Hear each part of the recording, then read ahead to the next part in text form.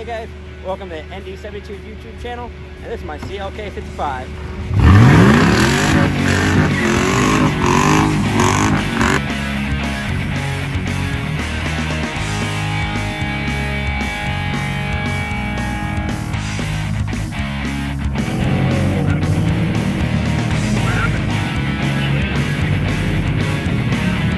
From a lot of people know, my car is definitely having rear end issues, or basically just hooking up.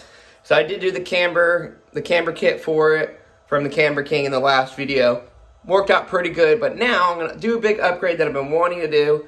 I already attempted it once, but this time I just went all out, and the company gave me a really good deal on the product, and it is, bam, a full suspension from D2's.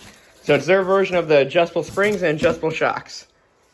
So what I did before, I did have the Koenig shocks, which, as everyone remembered the last video, I was super unhappy where I even ripped them off the car. And those were, it was like $500 just for the effing shocks, and they literally sucked. Because to ever adjust them, you had to remove everything, like literally spring, hole control, and drop it down to click it once and put it back in.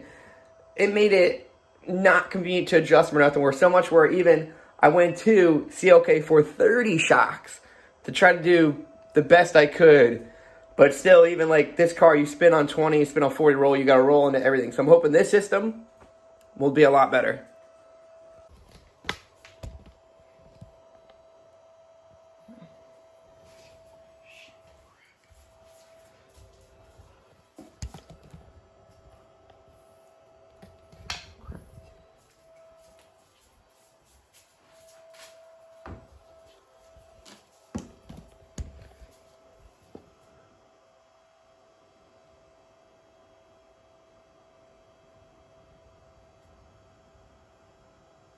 All right, we're gonna start opening it up.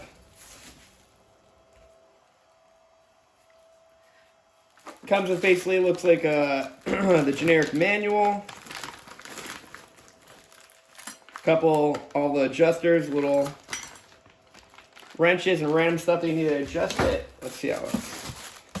And then, see, everything's even labeled nice with this stuff. So this actually even says for the rear spring. And then this is the perch form to adjust it for the rear. And then they even say, it even tells you where to put it. I don't know if you can see that. But it even says, like, put at the bottom. And then you got your little bolt. It's pretty good quality. That's the rear. Some paperwork, some random bubbles. And then the same thing it looks like for the front. It actually says front on them. So you can't really F it up too much. And then this one, same thing, even has a sticker where it says, so you don't F it up, put on top a spring fixed to car body, blah, blah, blah, blah. So this one will go to the top with the bolt, and then you adjust it by literally moving these down here. Now this is the big part that, yeah, it would be cool to have the adjustments on the height to get it better, but this is what I really wanted from it. A fully adjustable shock design. So with them, you could adjust the height of the shock now. So those are pretty, you just crank it there, spin it, and even tells you right front. So you can't really F anything up. Oh, these are the really nice bushings. I can't even remember what they're called. But the biggest benefit of why I went with this style shock and this whole setup is now, so when it's mounted in the car, the old style of the Koenigs was, the adjuster was down here. So to adjust it, you gotta rip everything off, push the button, and do the clicks. Now, it has, right here, you just go, just like a lot of modern day traditional ones, then you just go boom, boom, boom, click, and you can actually feel the clicks, and it's 36-way adjustable. So this should be like super nice. Oh, actually there was a plug. Bam. This should be super nice to deal with. So I'm really excited. I'm gonna pull the rest of it out and get it all organized and start knocking it out. All right, we got the car. So this is the ride height that's riding right now. Sorry about the effing sun. Let's see if I get a little bit better shot over it. Here, so you can see how much wheel gap I got just to do a rude one. I can fit like 3 fingers in that side, and then like there was still 3 fingers on that side. So I already measured it. This one's like 27 inches high over here. And then this side is like 26 3/4.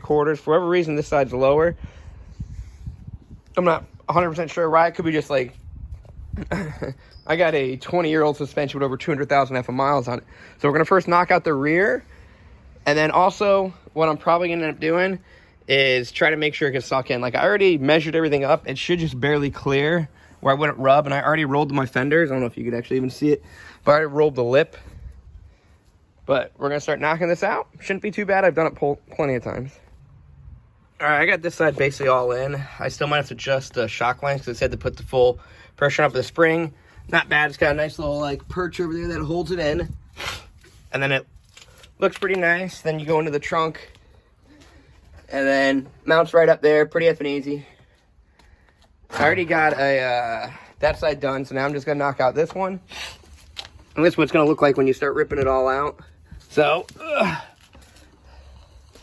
I got all this crap all over the place. So here's basically the modified factory one, and then here's the new one with no perch, and then it just literally just sits right on there. It's pretty easy. There's directions to tell you where what goes and so on and so forth.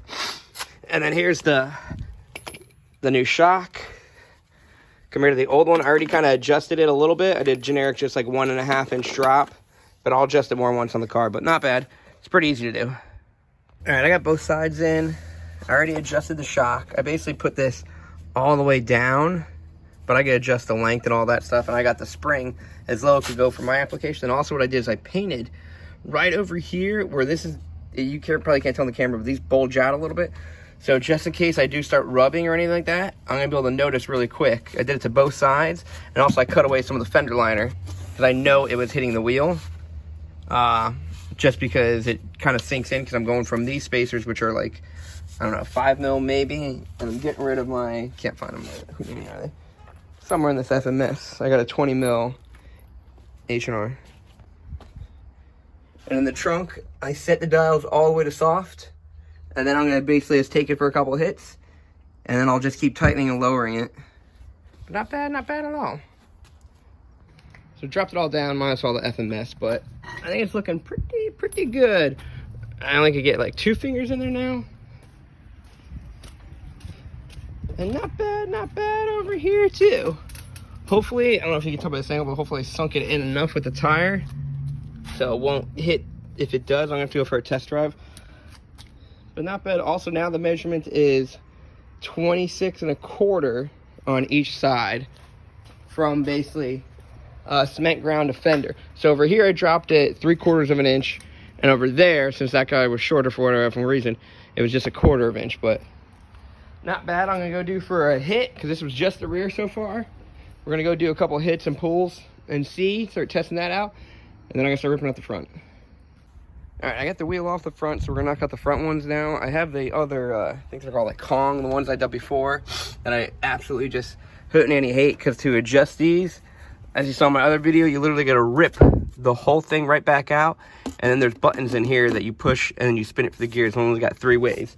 So now the new way it should be, I should be able to just come right from here, sorry, the sun, and then just do it like that. So I got the shock, make sure I got the right one, front left, and we're gonna start ripping it apart.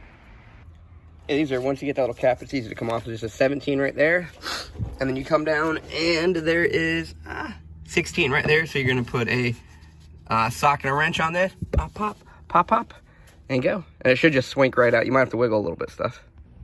So it's the old one, the new one.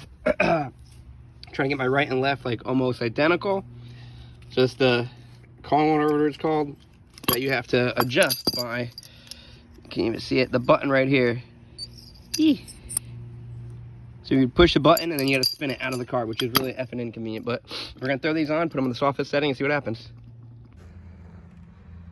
I got the first one in now. I don't think I'm gonna do the shocks or the springs, because I really like the height that's at now. I might do it later, but it's not that bad. That bolt, and then one word of effing advice: jack up the control arm a little bit so you get room to slide it in. Because right here, you can see how like effing close that is.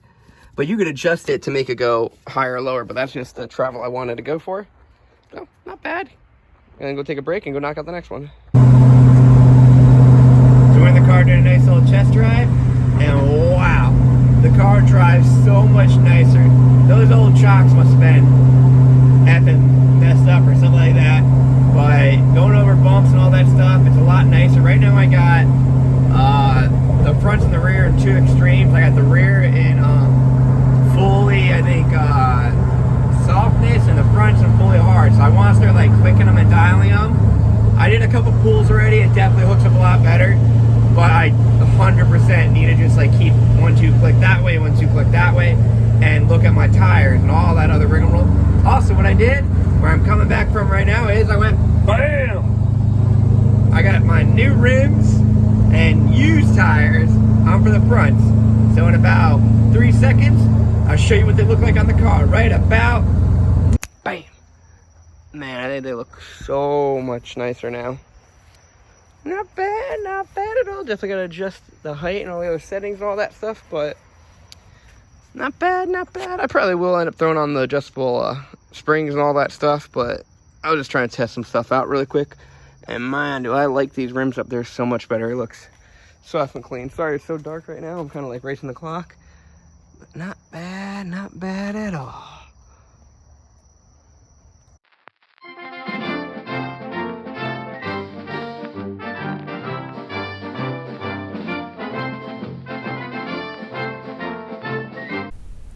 What we're gonna do, since I've been driving the car for about a week and change with all the lowering stuff and all that stuff, but I also had, so the front end was as you can see, a little bit rocky, but I've been rocking like that for a while.